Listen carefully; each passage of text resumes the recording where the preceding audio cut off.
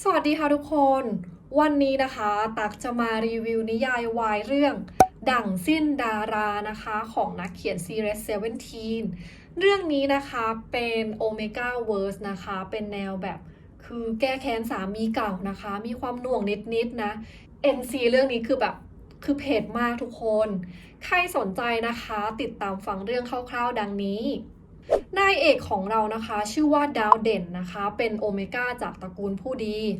นายเอกนะคะโดนอดีตสามีนอกใจนะคะแถมยังโดนกัดคอนะคะทำพันธะทำให้นายเอกนะคะไม่สามารถได้กลิ่นฟีโรโมนของอัลฟาคนอื่นโดยในสังคมปิดนะคะโอเมก้าที่ถูกทำพันธะแล้วนะคะก็เหมือนของเหลือนะคะที่ไม่มีใครต้องการในสังคม นายเอกนะคะเกลียดสามีเก่านะและก็เกลียดคนอื่นๆในบ้านสามีเก่าด้วยนะคะเพราะว่าคนอื่นๆในบ้านสามีเก่า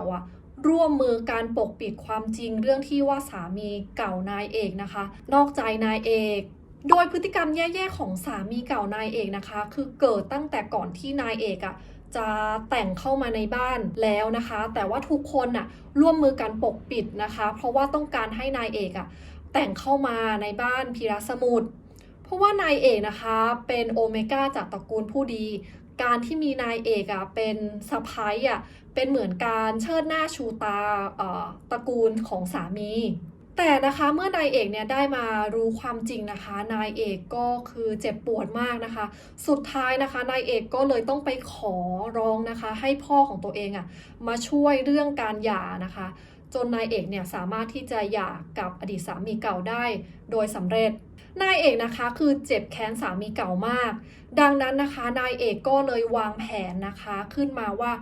นายเอกเนี่ยจะเข้าหาพระเอกนะคะหรือว่าคุณปราณเพื่อที่จะแก้แค้นสามีเก่า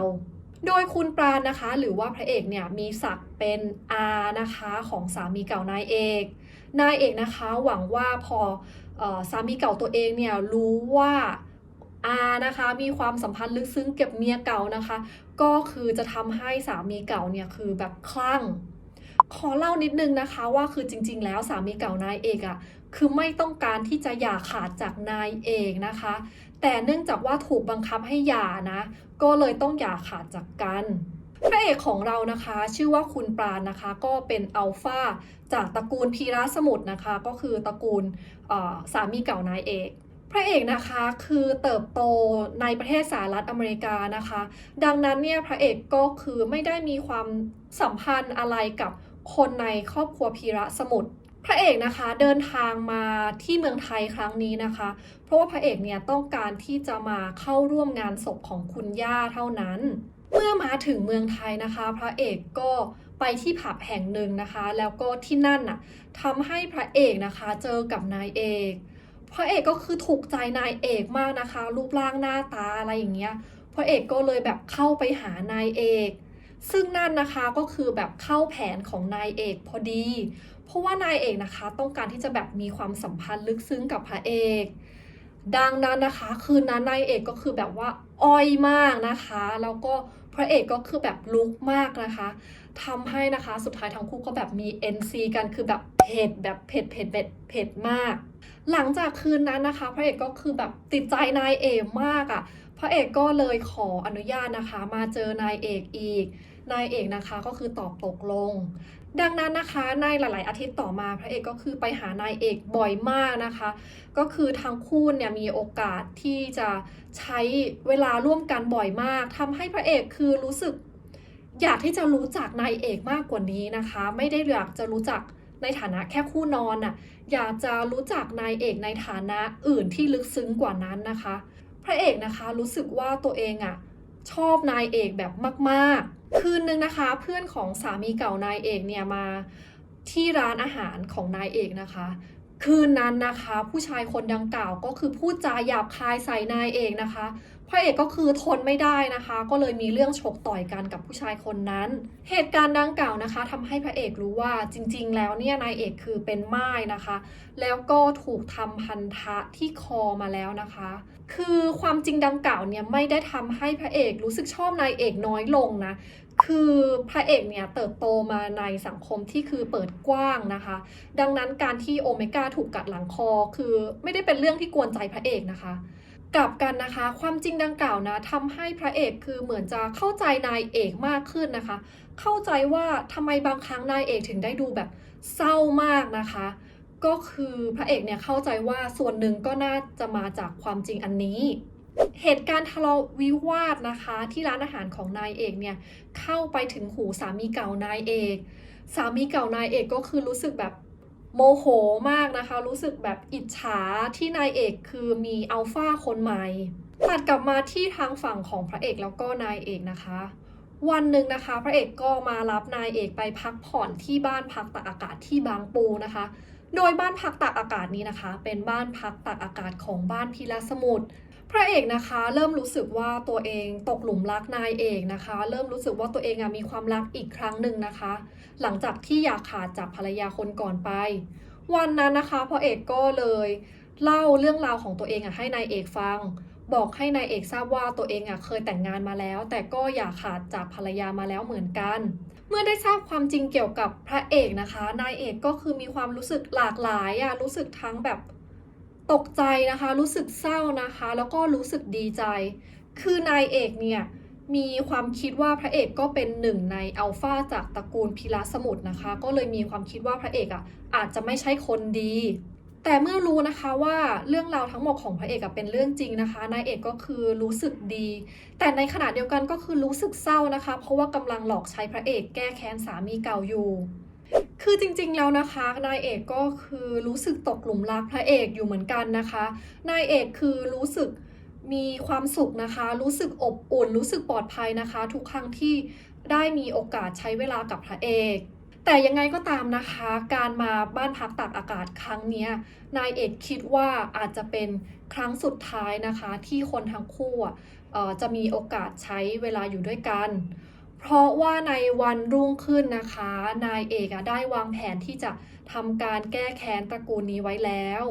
ดังนั้นนะคะในคืนนั้นนายเอกก็เลยตัดสินใจบอกรักพระเอกนะคะแล้วทั้งคู่ก็แบบว่ามี NC กันหวานมากเช้าวันถัดมาการแก้แค้นก็เกิดขึ้นนะคะนายเอกก็คือควงพระเอกเข้าไปเย้ยคนในบ้านพีระสมุทรนะคะทำให้ทุกคนรู้ว่าทั้งน้าแล้วก็หลานคือมีคู่นอนเป็นคนคนเดียวกันนอกจากนั้นนะคะนายเอกก็คือเข้าไปบอกความจริงให้ครอบครัวพีระสมุทรรู้ไว้ว่า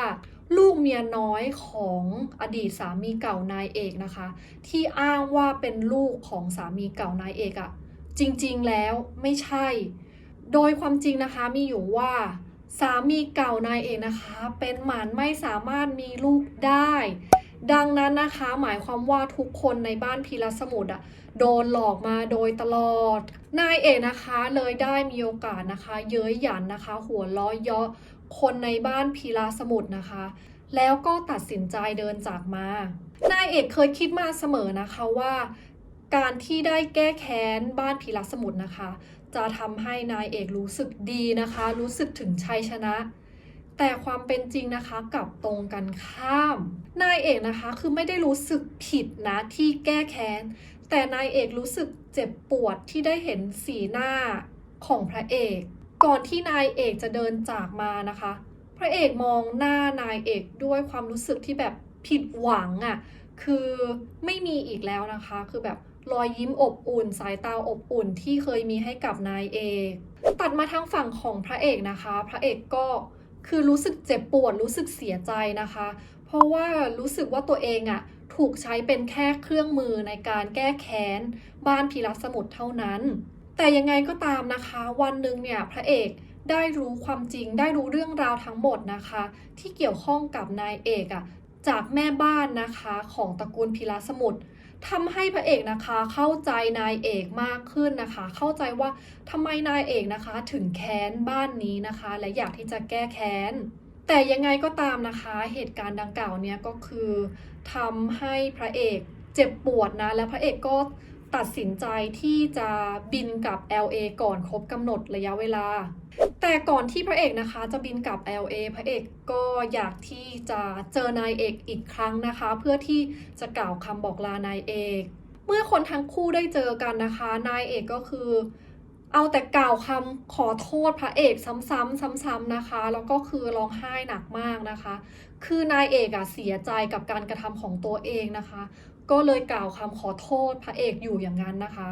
พระเอกนะคะเมื่อเห็นน้ำตาของนายเอกเมื่อได้ยินคำขอโทษจากใจจริงของนายเอกพระเอกก็คือไม่ได้โกรธนายเอกอีกแล้วนะคะคือพระเอกคือเข้าใจนายเอกนะคะเข้าใจถึงสิ่งที่นายเอกทำก่อนจากกันนะคะพระเอกก็คือเหลือแต่ความหวังดีฝากไว้ให้กับนายเอกพระเอกนะคะบอกนายเอกว่าให้นายเอกเนี่ยดูแลตัวเองให้ดีนะคะให้นายเอกรู้จักรักตัวเองแล้วก็บอกให้นายเอกนะคะให้เลิกกล่าวคำขอโทษนะคะเพราะว่าตัวเองคือไม่ได้โกรธนายเอกอีกแล้วและสุดท้ายนะคะพระเอกก็คือเอ่ยคำลานะคะแล้วก็จากไปคืนวันเดินทางนะคะนายเอกตัดสินใจไปหาพระเอกที่สนามบินนะคะเพราะว่านายเอกต้องการบอกความรู้สึกที่แท้จริงของนายเอกให้พระเอกฟังอีกครั้งหนึ่งเมื่อเจอพระเอกนะคะนายเอกก็คือขอโทษพระเอกอีกครั้งหนึ่งขอโทษที่หลอกลวงพระเอกเรื่องอื่นๆแต่เรื่องที่นายเอกไม่ได้หลอกลวงพระเอกนะคะก็คือเรื่องของความรู้สึกดีๆที่มีให้กันนายเอกบอกว่าความรู้สึกดีๆที่ตัวเองมีให้กับพระเอกตลอดระยะเวลาที่คนทั้งคู่ใช้ด้วยกันเรื่องนั้นเป็นเรื่องจริงนายเอกนะคะบอกรักพระเอกในวันนั้นนะคะแล้วก็เอ่ยคำลาหลังจากนั้นนะคะพระเอกก็คือบินกลับ LA ไปหลายเดือนผ่านไปนะคะวันหนึ่งนายเอกก็ได้รับจดหมายจากพระเอกที่ส่งมาจาก LA พระเอกนะคะเขียนมาถามว่าตอนนี้นายเอกเป็นยังไงบ้างสำหรับเขาแล้วนะคะถึงแม้ว่าจะได้กลับมาใช้ชีวิตแบบเดิมๆแต่ก็ไม่สามารถที่จะลืมนายเอกได้เลยและเขานะคะหวังว่าตอนนี้นายเอกจะมีความสุขดีเมื่อนายเอกได้อ่านจดหมายจากพระเอกนะคะคือน้ำตาก็แบบไหลพราก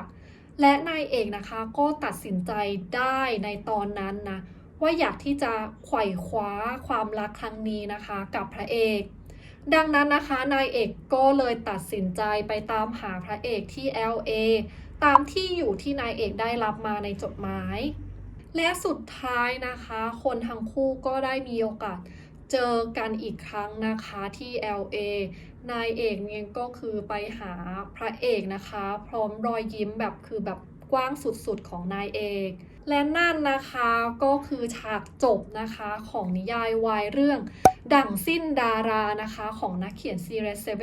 17เรื่องนี้นะคะคือแบบตอนอ่านคือแบบสนุกมากนะคะคือมันมีหน่วงหน่อยๆนะคือรู้สึกสงสารพระเอกแล้วก็รู้สึกเข้าใจนายเอกนะคือเรื่องนี้นะคะส่วนตัวรู้สึกว่าแบบคือตัดจบแบบสั้นนะคะอยากที่จะแบบขอให้แบบมีฉากหวานๆเพิ่มอีกแต่ก็เข้าใจนะคะว่านักเขียนจะเอาฉากหวานๆนะคะไปไว้ในตอนพิเศษดังนั้นนะคะถ้าใครอยากอ่านฉากหวานๆของคุณปราณนะคะแล้วก็ดาวเด่นนะคะต้องไปติดตามอ่านกันต่อนะในตอนพิเศษยังไงนะคะวันนี้เอาไว้แค่นี้ก่อนแล้วพบกันใหม่ในคลิปวิดีโอหน้าค่ะบ๊ายบาย